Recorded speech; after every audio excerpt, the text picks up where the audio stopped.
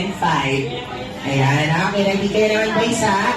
Ready? In 3, 2, 1, go! 1, 2, 3, ligat! 4 to 1, 5 ikot. Ayan, so, Mare, ito lang ang chismis. Ano? Kung ulit-ulitin ko po yung number na aking babanggitin na diyan. Pag sinabi ko, number 1, 1, 1, 1, 1, 1, 1, 1, 1, 1, 1, 1, 1, 1, 1. Pero syempre, lalagyan po natin siya ng magandang music. Ayan.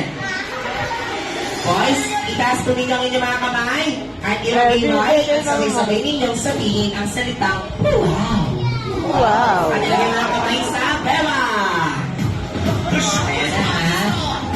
Ayan na, kailangan na. Pag sinabi 3, tiyak talaga. Ready? Para nag-exercise.